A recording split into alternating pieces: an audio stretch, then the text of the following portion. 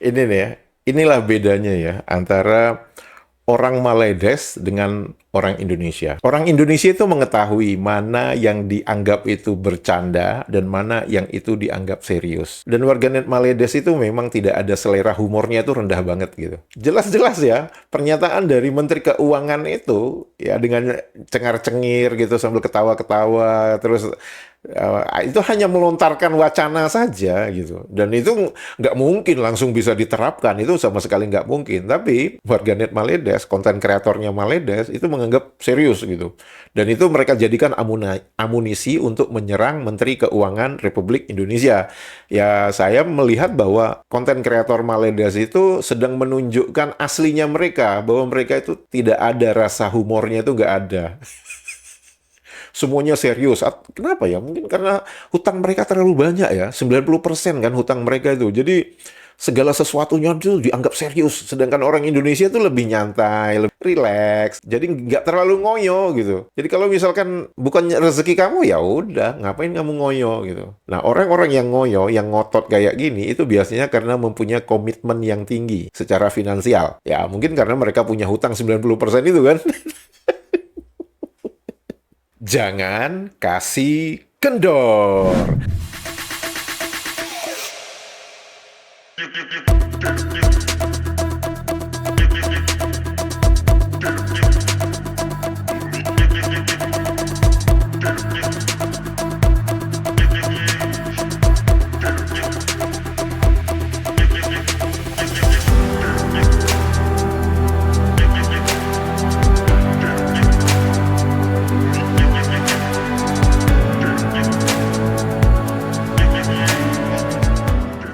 Halo, apa kabar semuanya teman-teman? Semoga kita semua dalam keadaan sehat walafiat. Amin ya robbal alamin. Selamat datang di kanal Bersatu Kita Teguh, kanal yang berbicara pernak-pernik dan informasi tentang negara dan warganet Maledes yang seringkali ajaib tersebut. Semoga informasi ini bermanfaat untuk warganet Indonesia. Teman-teman, untuk video kali ini saya menggunakan jaket yang agak boys itu ya, Pak. Bahasa Jawa Timuran itu. Kembali ke masa remaja. Disebabkan apa? Karena film Dilan ITB 1997.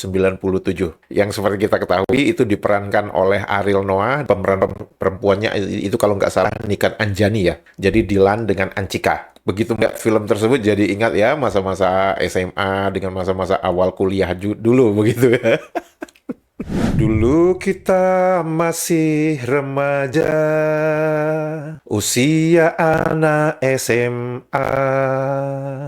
Di sekolah kita berjumpa, pulang pasti kita berdua. Dan kini kamu ada di mana? Dan kini rindu, apa kabarmu? Dan ingin lagi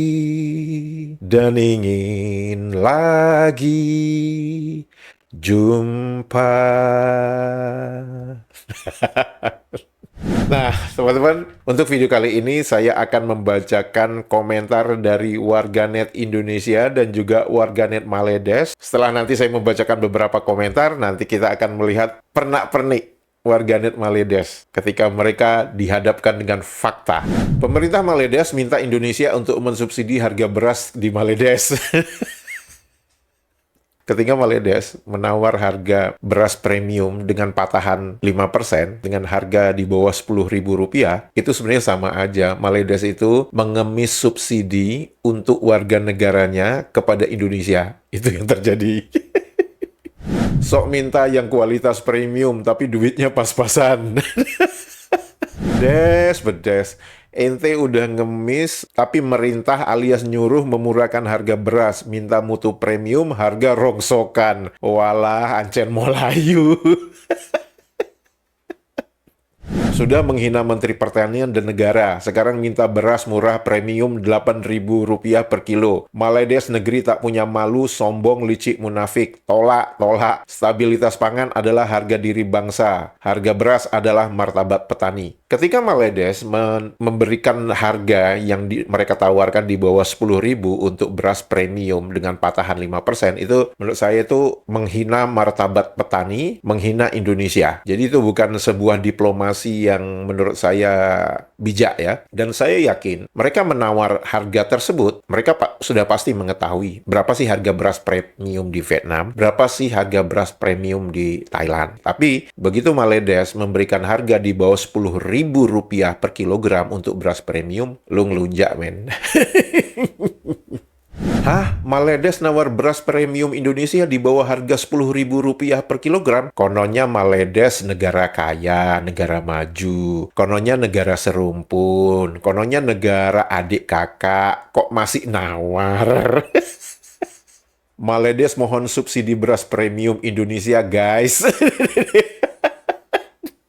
Iya, berarti kan sebenarnya pemerintah Maledes itu mengemis subsidi dari pemerintah Indonesia. Tolonglah berikan kami harga beras premium yang murah, supaya kami bisa mensubsidi warga negara kami. Nah, itu kan artinya apa? Pemerintah Maledes meminta Indonesia untuk mensubsidi warga negara Maledes. Kan itu jadinya.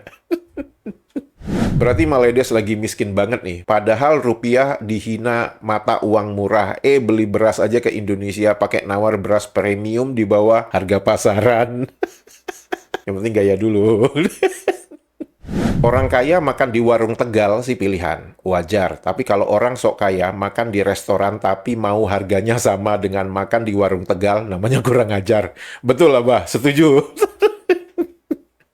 Ngenyek kebangetan tuh harga di bawah Rp10.000 per kilogram. Singkong di Bali itu harganya Rp7.500 per kilogram. Katul Rp8.000 per kilogram. Ubi jalar Rp7.000 per kilogram. Beras serang Rp14.000 per kilogram. Beras Bramu Rp15.000 per kilogram. Weh, bedes Maledes, gue ekspor katul dan singkong aja deh. Hal yang selalu mereka banggakan harga beras di Maledes itu murah. Rupanya yang mereka konsumsi adalah beras kualitas rendah. Di Indonesia ada banyak sekali jenis beras premium, seperti beras Kuriak Kusui. Wah, ini dari Sumatera Barat ini ya. Beras ini ditanam dalam masa 6 bulan. Proses penjemuran agak lama, sehingga kandungan air itu sangat sedikit. Harganya Rp20.000 per kilogram. Ini pun saya tidak yakin 100% murni beras Kuriak Kusui. Banyak lagi beras premium yang harganya di atas itu. Menyamakan beras premium dengan beras yang dikonsumsi ternak, saya rasa agak keterlaluan. 10.000 itu bisnis apa minta santunan? Maksud hati mau menikmati beras premium Indonesia, apa daya punya uang cuma lebih rendah dari Rp10.000 per kilogram. Di lokal aja Rp14.000 per kilogram itu harga ubi kayu. Dah sana makan ubi kayu aja. Assalamualaikum warahmatullahi wabarakatuh. Mas, ikutan komen. Ada kok bagian beras Indonesia yang murah. Kita tawari kulit ari dari beras kita aja. Harganya hanya Rp5.000 per kilogram. Gimana, saudaraku senusantara? Coba balas ya siapa yang setuju. Tapi ada yang kelaparan di negeri kita, yaitu ayam-ayam kita. Maledes nawar murah kalau berhasil supaya bisa bilang ke rakyatnya harga beras Maledes sama atau lebih murah dari Indonesia. Kan dia dipuji dan jadi pahlawan. Dan rakyatnya bisa sombong ke Indonesia. Nawarnya pakai jurus serumpun sudah basi. Nggak apa-apa, Rp5.000 per kilogram dikasih nasi aking aja. Atau sisaan dari warung Tegal dijemur kering. Oh man.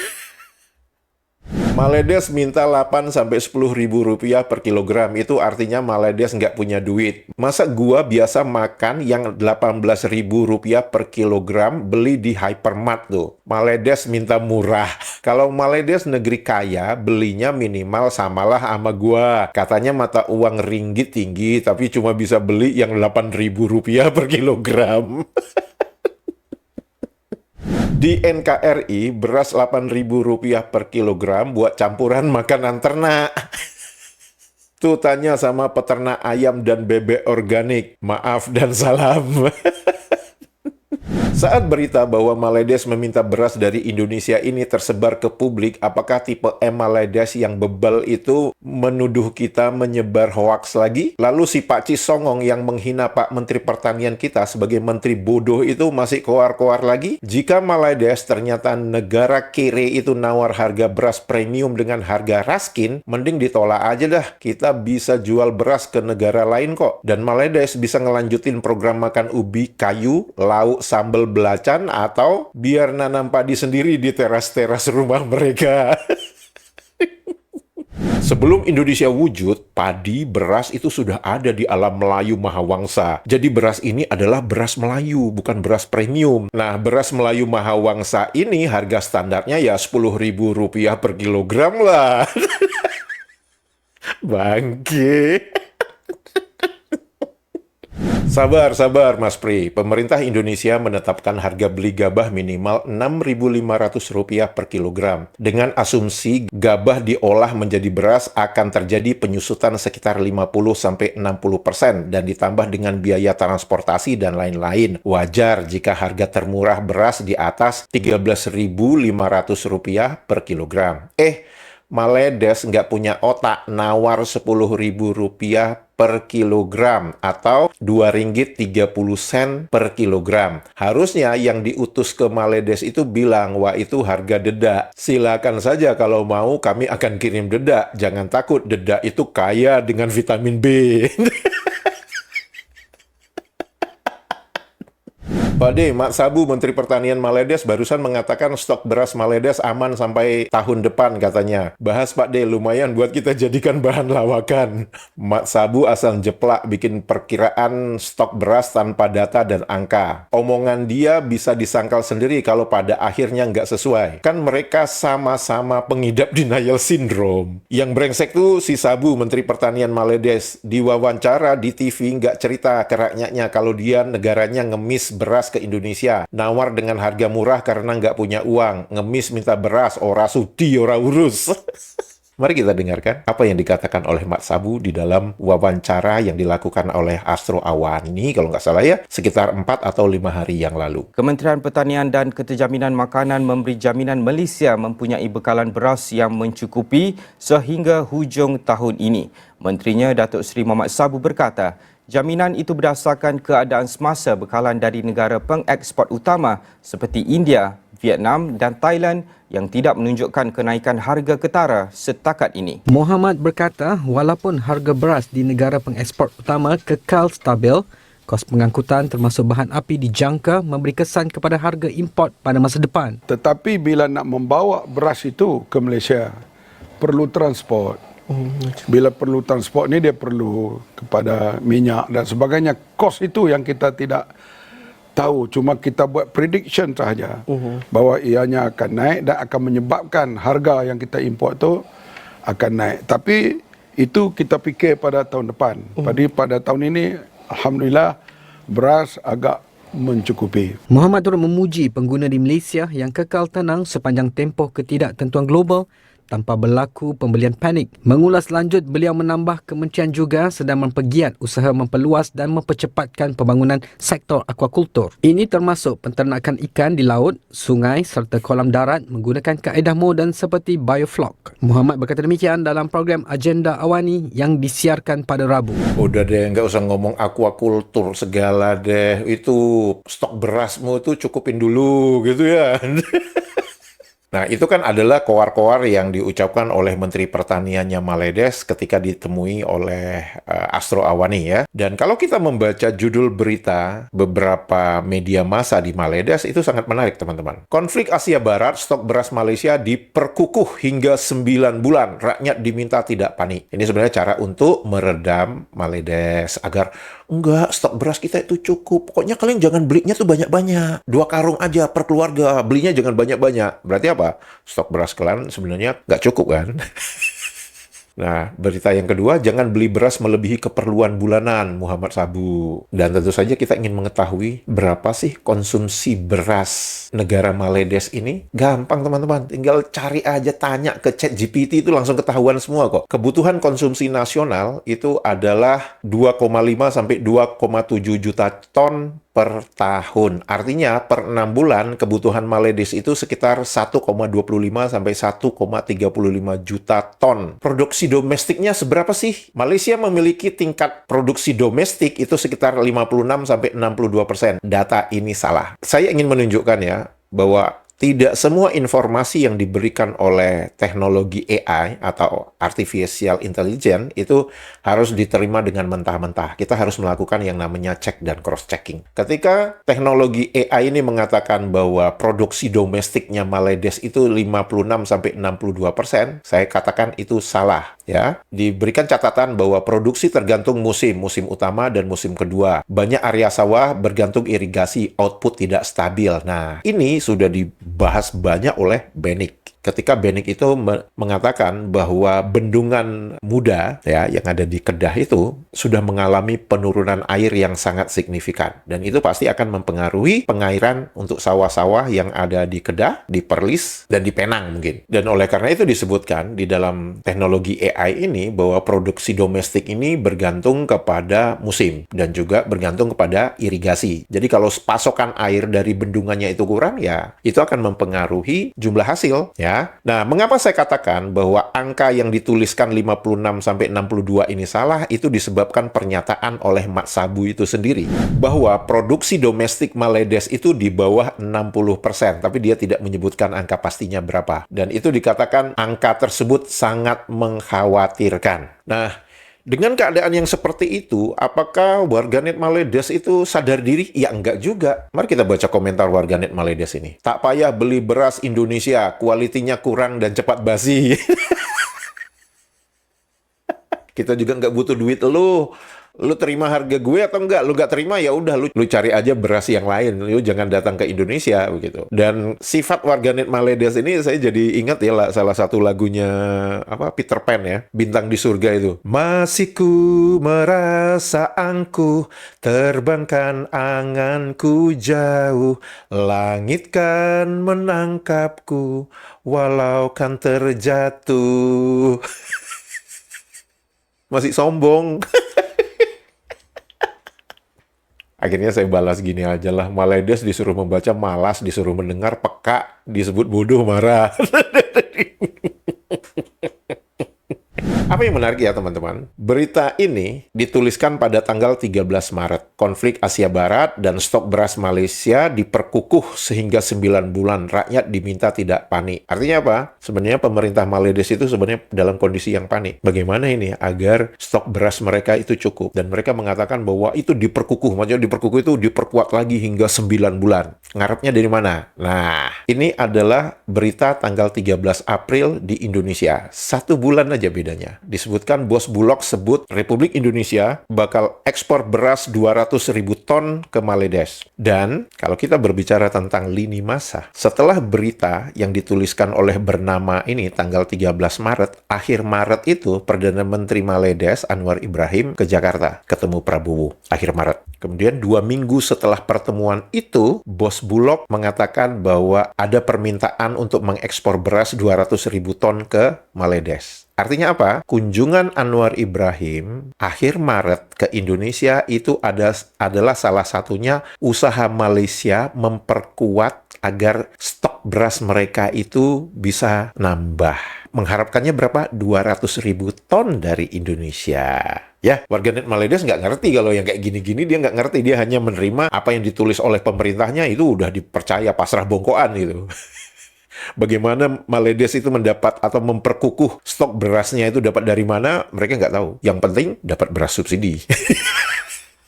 Nah, ketika kita berbicara tentang impor beras ya, Maledes itu defisit ya. Karena itu dia sangat bergantung kepada impor. Estimasi impor ini pasti lebih dari angka ini teman-teman. Karena apa? Seperti yang saya sebutkan tadi ya, bahwa produksi domestiknya Maledes itu di bawah 60%. Sedangkan angka ini diberikan angka dalam 40%. Dan saya yakin angka ini terlalu rendah. Pasti lebih dari 40%. Nah, sumber utamanya apa? Dituliskan dari India, terbesar, tapi sempat dibatasi ekspornya. Karena kemarin kan sempat ada perang tuh, India dengan Pakistan. Kemudian dari Thailand, dari Vietnam, dari Pakistan, gitu ya. Tidak disebutkan Indonesia. Nah, Indonesia itu mereka ingin menyembunyikan. Mengapa? Karena kalau pemerintahnya mengatakan, kita mengekspor beras dari Indonesia, nanti rakyatnya marah-marah. Kalau rakyatnya marah-marah, nanti bisa mengganggu kestabilan pemerintahannya di Maledes. Kita nggak mau mengimpor beras dari Indonesia, gitu kan. Gengsi aja digedein, gitu.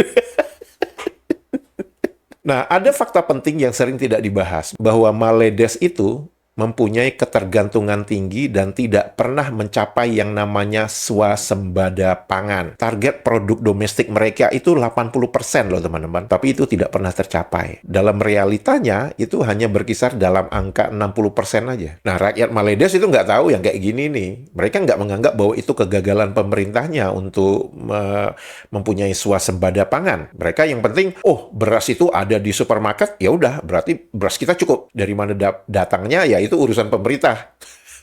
Kalau pemerintah Indonesia, itu kita berbicara tentang bagaimana supaya kita jangan atau sedikit bergantung kepada pihak luar untuk urusan pangan. Oleh karena itu, yang namanya subsidi bahan pangan itu berbeda antara Indonesia dengan Maledes. Kalau di Maledes itu subsidinya itu di bagian akhir. Jadi kepada konsumen. Jadi pemerintah Maledes yang menanggung disparitas harganya itu. Sedangkan untuk subsidi bahan pangan di Indonesia itu subsidinya diberikan di dalam tahap produksi. Ya, jadi misalkan harga pupuk dikontrol dan harga-harga yang berkaitan dengan produksi padi. Itu perbedaannya. Nah, mengapa begitu? Karena kita ingin memastikan bahwa kita mempunyai kemampuan untuk swasembada pangan. Itu bedanya. Di Maledes, mereka nggak menerapkan itu. Mereka lebih banyak memberikan subsidi di bagian akhir, di bagian konsumen. Mengapa? Ya, itu kan kelihatan, wah iya harga beras kita murah gitu kan. Ya, itu sebagai bagian dari kampanye aja gitu kan.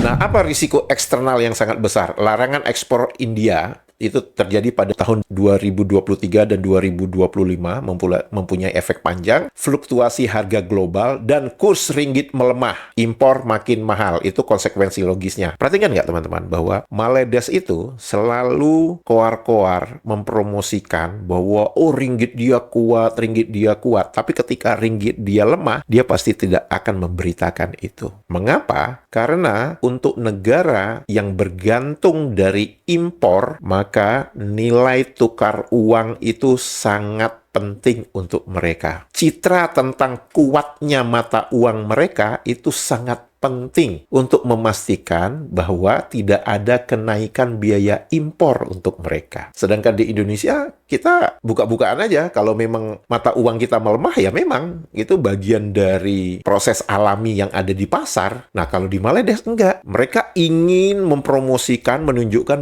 bahwa mata uang mereka itu kuat terus. Itu sebenarnya untuk apa? Untuk memastikan mereka tidak akan tekor kalau mata uang mereka melemah, maka impor mereka makin mahal. Jadi itu sebenarnya cara mereka untuk memastikan impor mereka dalam harga yang bisa dikendalikan. Sehingga mereka mempromosikan mata uang mereka itu kuat. Nah, apa masalah utama di Maledes? Produksinya itu stagnan ya, disebabkan lahan sawah yang terbatas, menyusut, petani yang menua, karena memang yang anak muda di Maledes nggak mau itu bertani, nggak kelihatan orang kaya dong, masa bertani gitu kan. Yang keren itu kalau punya iPhone baru, nah itu baru keren gitu ya. Produktivitas kalah dari Vietnam dan Indonesia. Kemudian beras lokal disubsidi, itu sering langka. Kemudian beras impor lebih mahal, tetap tersedia. Ini menciptakan krisis distribusi, bukan krisis total stok. Ya. Dan di Maledes itu, mereka lebih banyak kalau bisa mengkonsumsi beras impor, nggak memfavoritkan beras lokal gitu ya. Jadi ya mungkin itu menyebabkan petani-petani di Maledes juga jadi males itu bertani ya. Ngapain bertani gitu. Jadi kesimpulannya apa? Malaysia itu masih bergantung secara signifikan pada impor. Saya rasa ini lebih dari 40% dan saya bisa katakan mungkin 50% ya. Produksi lokal belum cukup untuk menutupi kebutuhan. Dalam 6 bulan terakhir, sistem pangan Maledes masih defisit struktural. Nah, apakah warganet Maledes sadar gitu dengan fakta-fakta ini? Ya enggak lah. Mereka kan sukanya tuh dinina bubukkan. Pokoknya negara kamu tuh hebat ya, negara kamu tuh pokoknya segala-galanya ada, murah gitu kan ya. Dan kita baca komentar ini, Malaysia saya lihat sudah menjadi negara maju sama dengan Amerika. Saya nggak tahu nih yang ngomong ini orang Indonesia atau orang Maledes, tapi ya udahlah. Saya hanya bisa ketawa aja lah dengan membaca komentar yang seperti ini. Bang Pri bahas juga sisi kocak Maledes yang nggak bisa mengerti candaan. Apalagi ketika Pak Purbaya lagi bercanda, mereka malah bereaksi serius. Dan itu baru bercandaan biasa, belum termasuk candaan sarkas dan satir. Teman-teman, sebenarnya saya melihat ya banyak reaksi dari YouTuber atau konten kreatornya Maledes itu yang ngamuk-ngamuk, yang mengatakan ini Menteri Keuangan Indonesia nih Purbaya nih, apa nih, jadi menghujat Menteri Keuangan Indonesia gitu. Bahkan kalau nggak salah saya dengar itu juga Menteri Dalam Negerinya Maledes itu juga memberikan komentar bahwa Selat Melaka itu harus menjadi tempat yang netral, nggak boleh dibisniskan gitu ya. Jadi bayangkan ya, candaan dari Menteri Keuangan Indonesia itu sudah membuat heboh negara tetangga dan disangka itu serius. Mari kita dengarkan apa kata Menteri Keuangan Republik Indonesia. Kenakan biaya kepada kapal yang melewati Selat Malaka disorot sejumlah media luar negeri. Beberapa di antaranya CNA, The Straits Times, dan Free Malaysia Today. Ide Purbaya itu dinilai bertentangan dengan posisi yang diambil oleh Malaysia dan Singapura. Dan seperti arahan Presiden, Indonesia ini bukan negara pinggiran. Kita ada di jalur strategis perdagangan dan energi dunia. Tapi kapal lewat Selat Malaka nggak kita charge ya. Nggak tahu, betul apa salah. Sekarang Iran mau nge-charge kapal lewat Selat Hormuz katanya. Kalau kita bagi 3, Indonesia, Malaysia, Singapura, lumayan kan? Punya kita jalurnya paling besar, paling panjang. Singapura kecil, Malaysia sama kita bagi 2 lah. Kalau bisa seperti itu, tapi kan nggak begitu. Nah, ini nih ya, inilah bedanya ya antara orang Maledes dengan orang Indonesia. Orang Indonesia itu mengetahui mana yang dianggap itu bercanda dan mana yang itu dianggap serius. Dan warganet Maledes itu memang tidak ada selera humornya itu rendah banget gitu. Jelas-jelas ya, pernyataan dari Menteri Keuangan itu ya dengan cengar-cengir gitu sambil ketawa-ketawa terus itu hanya melontarkan wacana saja gitu, dan itu nggak mungkin langsung bisa diterapkan, itu sama sekali nggak mungkin. Tapi warganet Maledes, konten kreatornya Maledes itu menganggap serius gitu, dan itu mereka jadikan amunisi untuk menyerang Menteri Keuangan Republik Indonesia. Ya saya melihat bahwa konten kreator Maledes itu sedang menunjukkan aslinya mereka, bahwa mereka itu tidak ada rasa humornya, itu nggak ada. Semuanya serius. Kenapa ya? Mungkin karena hutang mereka terlalu banyak ya. 90% kan hutang mereka itu. Jadi segala sesuatunya itu dianggap serius. Sedangkan orang Indonesia itu lebih nyantai, lebih rileks. Jadi nggak terlalu ngoyo gitu. Jadi kalau misalkan bukan rezeki kamu, ya udah, ngapain kamu ngoyo gitu. Nah, orang-orang yang ngoyo, yang ngotot kayak gini, itu biasanya karena mempunyai komitmen yang tinggi secara finansial. Ya, mungkin karena mereka punya hutang 90% itu kan. Teman-teman, jika video ini informatif dan membuat hari-hari Anda menjadi riang gembira, jangan lupa jempolnya dan komentarnya. Untuk itu saya mengucapkan terima kasih, sehat walafiat selalu, siapa kita? Indonesia. Malu besarnya rakyat Malaysia. Ya, yang sekarang ini kita ni dijadi bahan ketawa oleh jiran kita.